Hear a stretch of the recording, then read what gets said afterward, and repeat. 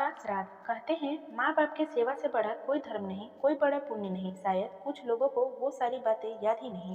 दीदी, याद तो है ना, कल माँ का श्राद्ध है। हमने बड़ी पूजा रखी है उनके आत्मा के शांति के लिए, इसलिए आपको सब परिवार के साथ आना ही है।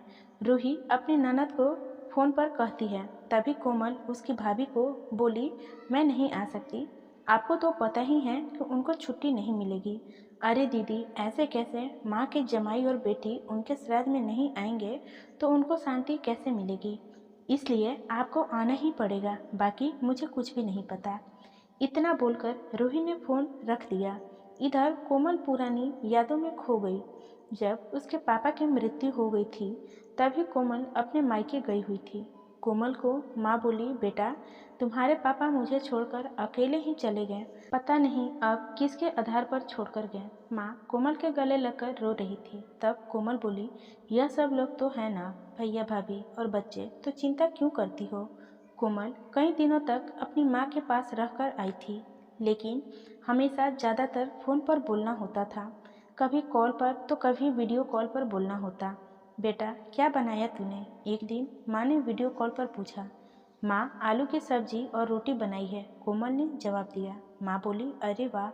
सब्जी का नाम सुनते ही माँ की आंखों में एक अलग सी चमक देखने के लिए मिली जो कोमल को दिखी। तभी कोमल माँ को बोली, माँ तुम्हें खाने का मन हो रहा होगा तो भाभी को बोलो बना कर दें। कोमल हंसते हुए माँ से बोली। तभी माँ बोली, नहीं नहीं, अब इस उम्र में आलू कहाँ पचते हैं। मैं तो ऐसे ही बोल रही थी, जब तुम्हारे पापा हुआ करते थे तब बहुत बार बनाती थी। भाभी का तो नाम लेते ही जैसे माँ की आंखों की चमक गायब सी हो गई। माँ ने कॉल रख दिया। माँ को क्या हो गया, ऐसे क्यों बोल रही थी वह सब? ठीक तो होगा ना? कोमल अपने आप से बात कर रही थी।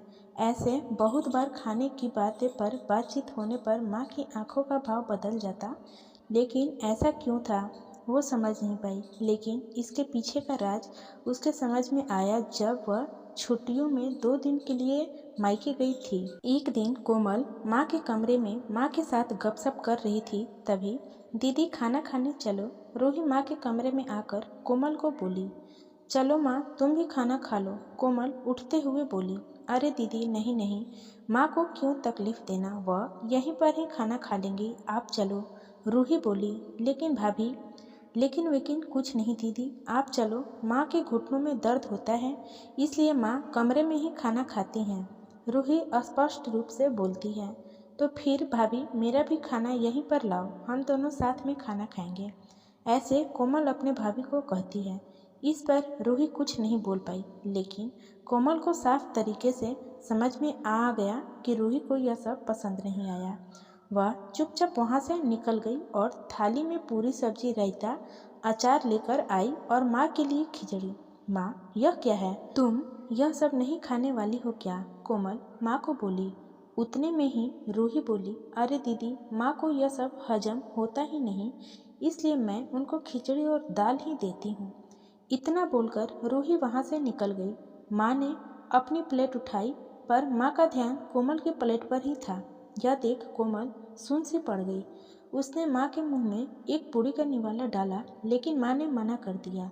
तब कोमल ने अपनी माँ की आंखों में वही भाव देखा जो वीडियो कॉल पर देखा था। पता नहीं भाभी का डर था या लड़की के निवाले का मुंह था। तब भी कोमल ने पूरा खाना माँ को खिलाया और खुद खिचड़ी खाने लगी।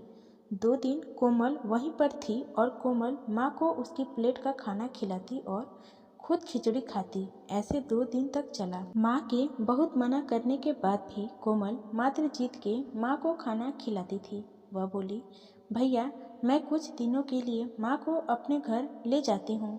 घर जाने से पहले कोमल ने अपने भाई तमन्ने को पूछा। वह बोला, तुम्हारा दिमाग खराब हो गया है क्या? लोग क्या कहेंगे? बेटा माँ को तकलीफ देता होगा, इसलिए माँ अपने बेटे के घर रहती है। तमन्ने गुस्से में बोला, अरे बाबा सही तो बोल रहा है वह, माँ बेटी के घर जाती है क्या भला? तू आराम से जा अपने घर, मेरी चिंता मत कर, मैं यहाँ खुश हूँ। बेटे की बातें सुनकर माँ बोली। कोमल ने बहुत जीत की, लेकिन माँ बेबस थी। कोमल उदास मन से अपने घर वापस आई। कुछ दिनों बाद खबर आई कि माँ अब नहीं रही। इस खबर ने सब कुछ खत्म कर दिया था। कोमल को पता था कि माँ कितनी तकलीफ से गुजरी, लेकिन माँ को दूसरा लड़का नहीं था बल्कि एक लड़की थी, इसलिए वह कुछ नहीं कर सकती थी। कोमल अकेले ही माँ के श्राद्ध में आई। आज माँ के श्राद्ध में 56 तरह के भोग बनाए गए। सब लोग मज़े से खा रहे थे। लोगों ने रूही और तमन्नी की वाहवाही करने में कोई कसर नहीं छोड़ी। दुनिया में सबसे अच्छा बेटा और सबसे अच्छी बहू कह रहे थे उन्हें। माँ के गुजर जाने के बाद इतना विचार कर रहे हैं तो जिंदा थी तब कितनी सेवा की होगी दोनों ने। कोमल दुखी होकर माँ की तस्वीर की तरफ देख रही थी। तभी दीदी चलो आप भी खाना खा लीजिए, रूही कोमल को बोली, जो माँ के रूम में माँ की तस्वीर सीने से लगाकर रो रही थी। वह बोली, नहीं भाभी, मुझे नहीं खाना। लेकिन क्यों? आप नहीं खाना खाओगे तो माँ की आत्मा को शांति कैसे मिलेगी? रूही कोमल को बोली, भाभी, जिस खाने के लिए मेरी माँ जब जिंदा थी तब तरसती थी, उसके मरने के बाद दे रहे हो तो वो कैसे तृप्त होगी? सोच कर देखो। एक बार आज आपने पकवानों का ढेर लगाया है। माँ जिंदा थी तब आपने उनकी मनपसंद खाने के 2 निवाले खिलाए होते तो माँ वैसे भी तृप्त हो चुकी होती। वहीं माँ का असल में श्राद्ध कहलाता। यह जो भी हो रहा है वह सिर्फ एक दिखावा है।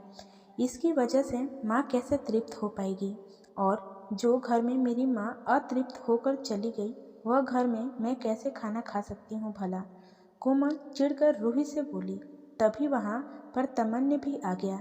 भगवान की लाठी में आवाज़ नहीं होती है भैया भाभी, वो जब भी किसी पर पड़ती है ना, तब जख्म बहुत गहराई तक और न भरने वाली होती है। आप भी तो 2 बच्चों के माता पिता हो, लेकिन मैं भगवान से दुआ जरूर करूँगी कि आप जब तक जिंदा हो तब तक आपको अतृप्त ना रखें। माँ ने तो अपना वनवास भोग कर कहीं नया जन्म लिया होगा, लेकिन आपकी जिंदगी बहुत बड़ी है। कोमल यह सब बोलकर माँ की तस्वीर लेकर चली गई। पीछे रूही और तमन्ना की गर्दन शर्म से झुक गई। दोस्तों, माँ बाप जिंदा हैं तब तक उनकी सेवा करना, उनकी हर इच्छा पूरी करना, वहीं उनका असली श्राद्ध होता है। उनकी मृत्यु के बाद कितने भी 56 भोग बनाए, सब व्यर्थ हैं। हमेशा की तरह पूरी कहानी सुनने के लिए आपको धन्यवाद। दोस्तों, उम्मीद है कि यह कहानी आपके दिल को छू गई होगी। ऐसे ही सीधे दिल तक उतरने वाली कहानी सुनने के लिए इस चैनल को सब्सक्राइब जरूर करिए। कहानी पसंद आई हो तो लाइक और शेयर करना बिल्कुल भी ना भूलिए।